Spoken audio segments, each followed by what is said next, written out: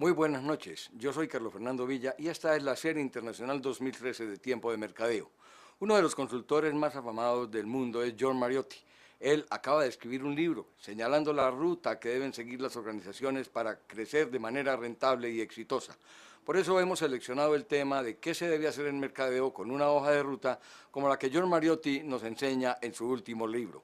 Esto lo haremos con el autor dentro de unos segundos cuando regresemos. Ya volvemos.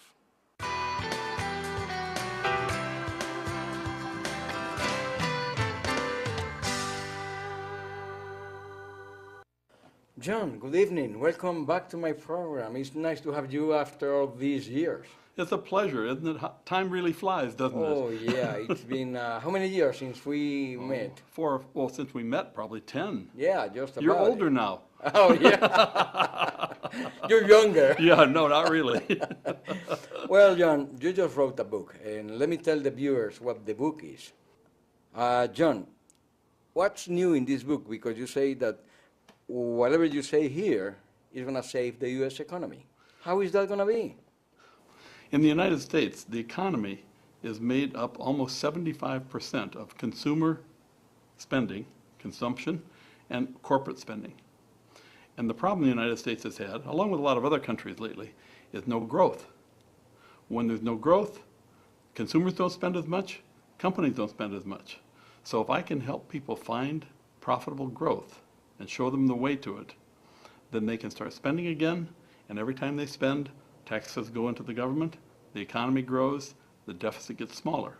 When there's no growth, the reverse happens. That's easy to say, John, and that's what has been said throughout the years. What's new in this book that hasn't been said yet? I discovered in working with companies on a consulting basis that their biggest problem, they always told me, was growth, and then as soon as they said it, they'd say profitable growth. So I said to them, let me see if I can help you figure out how to find more profitable growth. Now, if you can do this for one company, 2 companies, 3 companies, 4 companies, and it works every time, then why not thousands of companies? What's new in the book is I pick 4 specific paths that let them go where they'll find growth. And I can explain to you what each of those paths are. Let's go. Okay? The first path is companies have to figure out what business they're in. It sounds obvious, but it isn't obvious. It's where do they make their money? Where do people believe that they're good at something? And they should do more of that. You know who said that in 1961? Ted Levitt said that the problem with the companies, when he talked about the marketing myopia, is that companies didn't know where they were. You're absolutely right. Levitt said it, and Peter Drucker said it. Right. You have to understand what business you're in. There's no difference now, except that now it's more critical than ever, and there's more information available to people than ever, so they can really understand where they make their money and how they make their money if they just know how to look at it. Okay, and how do they have to look at it? Okay. That's the first path is figure out what business you're in. Okay.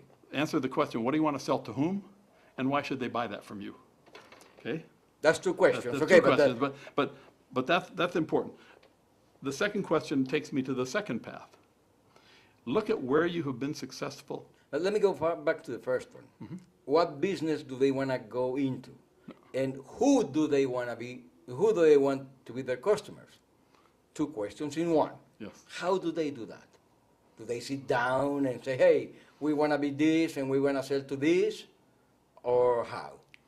My first answer is look at where people have given them money to do things and use that as their guideline. Where people are already buying something from them, that's the first clue that that's probably a place where they are really in that business. Okay. Now, if that's not the business they want to be in, they have a different problem. Because there's a lot of companies that want to be in, they think they're in one thing, but they're really not. They're really in something else. So first we've got to get those aligned. That's why I call the first path in the book strategic alignment. But the best indication of what your business is that you've been successful at is where you're meeting a need that people will pay you for it. And history shows that what they are. If you're good at selling services, what services have they bought from you? That's the business that you're in. You may think you're in something different, but you're not. That's the one you're in. Where do you make your money, which is the second part of that question, helps you fine-tune whether that's a part of the business you like or not. There's some people that do a lot of sales, don't make much money. So you have to figure out both what business you're in, based on what people have bought from you in the past, and where do you make your money within that business? Because assuming we're still around to have this discussion, you must have been making some money somewhere. That's the first path, to get that strategic alignment correct, and to get out of your mind that you're in some businesses you're not really in. So you can focus. You remember I wrote a book called The Complexity Crisis? Yes, right. And that's all about focus. So first path is focus and get that strategic alignment right. But what you're looking for next is what the second path is. The second path is to sit down and think, really, realistically think, why you succeeded in the last big deal you made. What was it that you deserved to get the business over some competitor you were going against? What was it about you? Was it your company, your reputation, your product offerings, your price, your program? Why? Why'd you get it? That applies to a newcomer too? Applies to anybody, unless you've never done business before. It applies to anybody who's ever done business. You say, why was I successful? Same for a sporting team. Why did I win that game? Same for a political election. Why did I win that election? In business, why were you really successful? In other words, if you are a newcomer, then you have to look at the old ones, or past companies or past people who have done that, and what they did right and what they did wrong. And what you're going to do differently right. from them. Because newcomers usually come to the place with a different value proposition. They have to. They have to. On the other hand, if they wander too far from what the customer thinks is the right value, they'll fail. So they have to start small and determine by actual success that this works. But the key to finding profitable growth is to understanding the business that you are really in, not what you think you're in, and understanding why you win at it when you win at it, and making sure those two match. If you don't match those two, you don't succeed. Does that mean research, marketing research first? Research has a role in it, but research can only take you so far. I have a section in the book called The Importance of Information. There's a tremendous amount of information available out there. More than you need. But companies that don't use what is available are being foolish. I call it, why fly blind? You wouldn't want to fly an airplane that had no navigational system. Oh, absolutely. Okay? Companies do it all the time. They guess. They assume. They just make blind hopes that what's going to work will work. Well, that you can take the information that you have, but until you blend it with the actual experience of a consumer or a customer parting with their hard-earned money to buy what it is you're selling, you haven't got the final confirmation. You just have a theory at that point. You have to get that confirmation. And once you have that, it'll either validate the business you thought you were in, or it will disprove it, and then you have to go back and think again. So the first two paths of this, where I'm going, are dependent on each other. And the hardest thing for people to do, for some reason, is to be honest with themselves. That's difficult nowadays. But then we're going to have to go to a commercial break and we'll be right back to continue talking, okay? Good. Vamos a ir a una serie de comerciales, una tanda de comerciales, y ya estamos de nuevo con ustedes y con John Mariotti. Ya volvemos.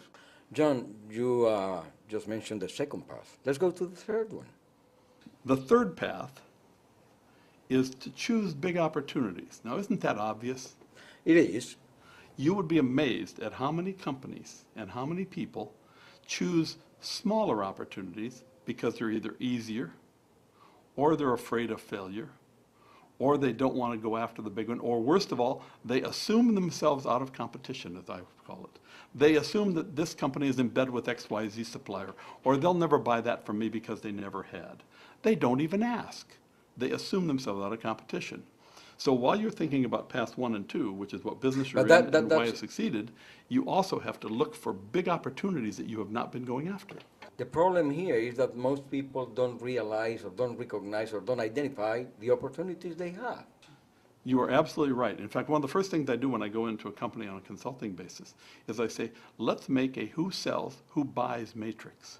Let's put across the top who the competitors are, and down the side who the customers are, and let's see if we can fill in who sells how much to who, to whom. You'd be surprised how difficult they have the time. They can't do it. They think they know, but they don't. And if they don't know that, how do they know where the opportunities lie?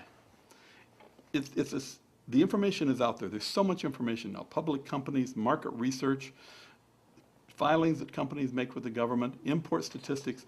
You may not get it all, but you'd be surprised once you try to fill in that who sells and who buys matrix, which, by the way, is a sample of that in the book. You start thinking about that, and each piece of information you get after that, you're sensitized to it. Human nature is that. If I talk to you about that, you'll start thinking about it. And once you start thinking about it, you start realizing who has the business. And by the way, they're across town probably doing the same thing to your company if you have the business, so you better think about that too. Absolutely, yeah, sure, that for sure. But remember now, I'm going to keep going all the way back. First, what business are you in? Secondly, why have you succeeded? And third, who has the business that you really need to get, really want? And figure that out. And if you don't know that, shame on you, you can never set an intelligent target without knowing that. Okay, now part number 4. Part number 4. 4 is the interesting one, it's a fun one. Archimedes said, if you give me a lever and a fulcrum, I can move the earth. Absolutely. Okay. That's what, who said that? Archimedes. Right. Greek philosopher. Now, the 4th one is leverage. When you have a success with a good idea, if you can find a little improvement you can make on it, you can often get a disproportionately large return on that. And one of the best examples I can give you is a US company named Procter & Gamble. They came up with a floor duster called a Swiffer. It was a synthetic duster that would collect the dust better than a mop. So you put it on the end of a long handle, dust the floor. But it was not useful for dusting your furniture or your bookcases. So somebody said the idea, aha, but what if we just cut a few little strips in it so that it's floppy and sell a little plastic handle? So now it replaces the old feather duster and it has all the same properties as the floor duster. It took very little additional investment for them to come up with that product. That's a high leverage opportunity. Small input, like the lever, big output. Google does the same thing. If you think about where Google started. Yeah. Search, now they keep going over one little thing here. Pretty soon it's Google Plus, then it's Google Words, then it's Google Alerts, and on and on. Incremental ads for big investments. So the 4 paths: figure out the business you're in, understand why you've been successful, go after big opportunities. Even if you miss a big opportunity, if you just get a small piece of it, you got your foot in the door. Of course. And go after high leverage opportunities because resources are scarce. Nobody has enough of them. People, time, and money, they're always in short supply.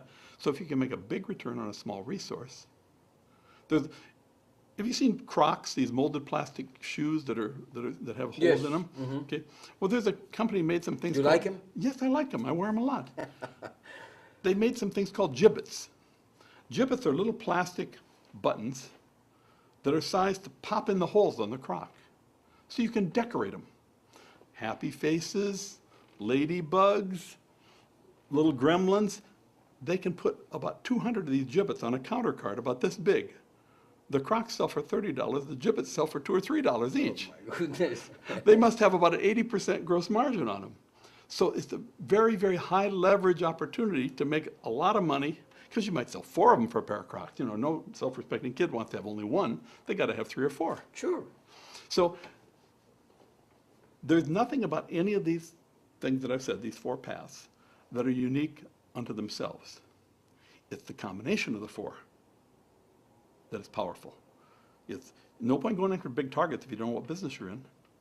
No point going after big targets if you don't know why you've been successful in the past.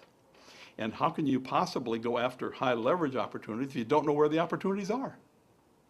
So combine these 4 and you reach what I call the intersection. And at that intersection is a pile of gold, and it's called profitable growth. And this is designed, it works for the biggest companies. I've tried it up to $1 billion or $2 billion companies. But companies, small companies, it's hugely powerful because there's a lot of market opportunities out there. Yeah, I would say it is easier for small companies and family companies. It is easier for them because they have fewer layers of bureaucracy Absolutely. that they have to convince. And what they can do is they can think about it, decide on it, and try it. And after they try it, then they can adjust, because they never quite get it right the first time. They can adjust and do it better the next time around. And the key to that is the fewer people that you have to get to agree on why you've been successful, the easier it is to move to the next step. Okay, let's go to another commercial break and we'll be right back. Okay. Vamos a ir entonces a otra tanda de comerciales y ya estamos de nuevo con ustedes. Ya regresamos. In your experience, have you found that it is so difficult? And it's difficult. It's difficult or too difficult? It's difficult to decide what's true because human nature is to practice denial or delusion. Oh, yeah. Okay? So the key is to force people in a non-threatening setting to actually think. And I was speaking earlier when I was off the camera with you about the group of 15 CEOs I was talking to, where I challenged them to just take 2 minutes and everybody shut up and be quiet. And for 2 minutes, I wanted them to think about why they got the last big deal they got. And they had their heads down, and you could see their heads pop up, and the recognition in their eyes as it came to them. And out of that 15 people, at least 10 or 11 of them with just 2 minutes of total silence. Now, that sounds like such a short time. If people tried that in their day to get 2 minutes of just thinking about one thing, they can figure out what it was about their product offering that offered the best value to that customer at that time that caused them to get that bid. Maybe it was nothing about their product. Might have been they just liked them. Might have been a relationship. Might have been circumstantial. Maybe the competitor just did something that offended the customer. Or a customer, or a user, yeah. But the key is that once you understand that, it's like a sports team finding a weakness in an opponent and exploiting it again and again. As soon as you figure that out, do it again until somebody stops you. Value is the ultimate determinant, but if people would just sit down and say, let me think about why I got that job. Why did I get that contract? Honestly, no threats. John, could we then say that it is what arguably called the unique value proposition, or the value that there is in the offer? Well, I believe it helps to understand why people decide on value if you break it down to just 5 things. I like 5 things because I never lose my hand. I can always keep notes on it. People want good quality things. They want to do what it's supposed to do. They want good service. They want it when they want it. If they don't have it then, it's no good. They want to get it fast these days and easy. So that's speed and convenience. They want low cost, but they also want uniqueness, innovation, or cachet. Otherwise, nobody would ever buy a Mont Blanc pen. You can buy a whole box of Bic pens for the same as 1 Mont Blanc refill. So if you take those 5 attributes of value and get a person to think about what it was about each of those, you can usually zero in. I use an example in the book of a Rolex and a Timex wristwatch. And it's easy to draw a plot of why you buy them. yeah, you got the Rolex, I got the Timex. Yeah. Well, no, actually, I have And we have the same time. I have a fossil, but never mind. The point is, you can actually, I did a polar diagram where you can actually plot these and it creates a unique shape, and the shape of value, as I call it, points at the primary reason you bought it. In the case of the Timex, it's cost. In the case of the Rolex, it's style, it's cachet, it shows you as being a person of prestige. And if you can get people to understand what value is, and if you can get your customers talking about what value is, it helps you understand that why question much better. If you can get the customer talking about how you compare to the other offerings, you can find weaknesses, you can find places that you're strong, you can find things to build on. Many times, we just don't bother to ask. We just assume that we know these things. Sometimes, the best thing you do is ask a question and then shut up and listen. Wouldn't it be that people don't know what value is? Everybody thinks they know what value is. Yeah, that's why I asked. And if you have a room full of 200 people and you ask them to hold their wrists up with their wristwatch on it, it's rare to find more than even 2 that are alike. Which means among all those people, they all chose different, uniquely different values in their wristwatch. And you can always trace it back down to those 5 attributes. They bought it because it was a good wristwatch. They bought it because they knew that they wanted one that lasted a long time. Or they just needed a watch fast. Yeah. Or it was cheap, and it didn't matter if it hurt, if they lost it or broke it, or they wanted one that said, I'm a person of some importance. And once you break it down to those factors, you can get all the people in a room, or most of them, on one page about what value is. They have heard it, they can disagree about it, but that same picture will be in their mind. And that's the first step to then creating it. Because we know that getting people to agree on anything is not easy. But getting good people to agree on something like defining value is critically important. And then when you engage the customer, now you ask questions in a whole new way. Yeah, that's what I was gonna say, John, because you have to get in, people become involved with your company and the marketing process and things like that. So you have to be in contact all the time, letting people talk to you, listen to you. You have to listen to your customers, and that's something difficult to do because I don't know why most companies don't realize it, or if they realize it, they don't do it, and they want to be successful without that, and that's why you wrote The Profitable Road, because, you know, it has to be that way. Here's a perfect example of what you just spoke about.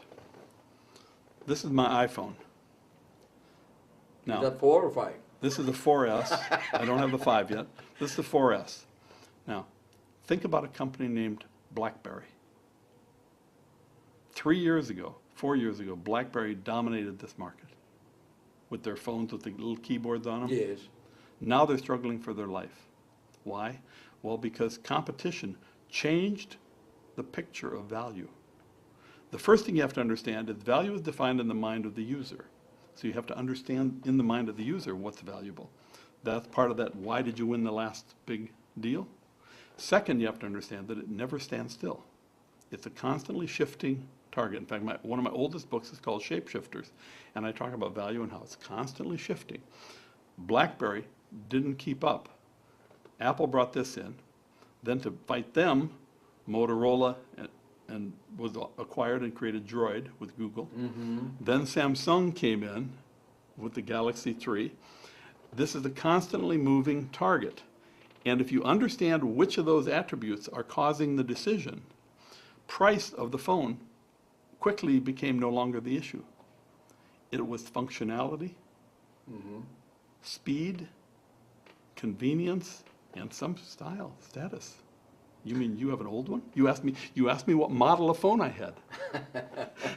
It's human nature. It is like that, absolutely right. But then we have to leave, you know, we have to go now because we're running out of time, but we'll continue next week, okay? That's great. All right. Vamos entonces a dejar por hoy aquí y vamos a continuar la próxima semana, porque se nos acabó el tiempo. Pero ya ustedes ven cómo es hablar con John Mariotti. Y por eso los invitamos a que estén pendientes de la continuidad de nuestra serie internacional. Por el momento, muchísimas gracias y una feliz noche.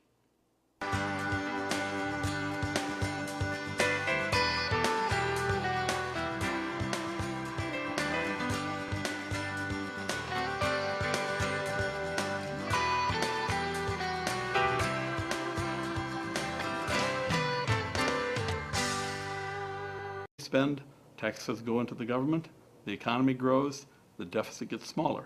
When there's no growth, the reverse happens. That's easy to say, John, and that's what has been said throughout the years. What's new in this book that hasn't been said yet? I discovered in working with companies on a consulting basis that their biggest problem, they always told me, was growth, and then as soon as they said it, they'd say profitable growth. So I said to them, let me see if I can help you figure out how to find more profitable.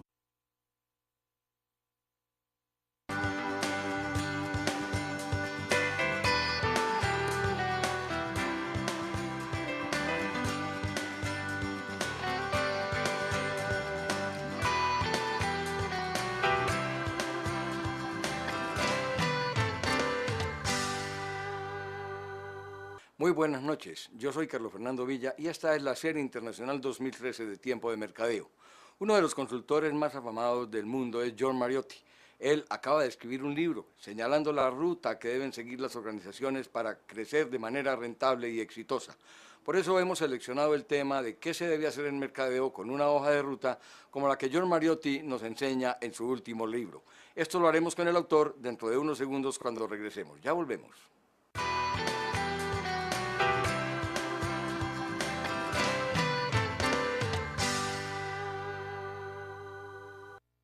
John, good evening. Welcome back to my program. It's nice to have you after all these years. It's a pleasure, isn't it? Time really flies, doesn't it? Oh, yeah. It's been how many years since we met? Since we met, probably 10. Yeah, just about. You're it. older now. Oh, yeah. You're younger. Yeah, no, not really. Well, John, you just wrote a book, and let me tell the viewers what the book is. John, what's new in this book? Because you say that whatever you say here is going to save the U.S. economy. How is that going to be? In the United States, the economy is made up almost 75% of consumer spending, consumption, and corporate spending. And the problem the United States has had, along with a lot of other countries lately, is no growth. When there's no growth, consumers don't spend as much, companies don't spend as much. So if I can help people find profitable growth and show them the way to it, then they can start spending again, and every time they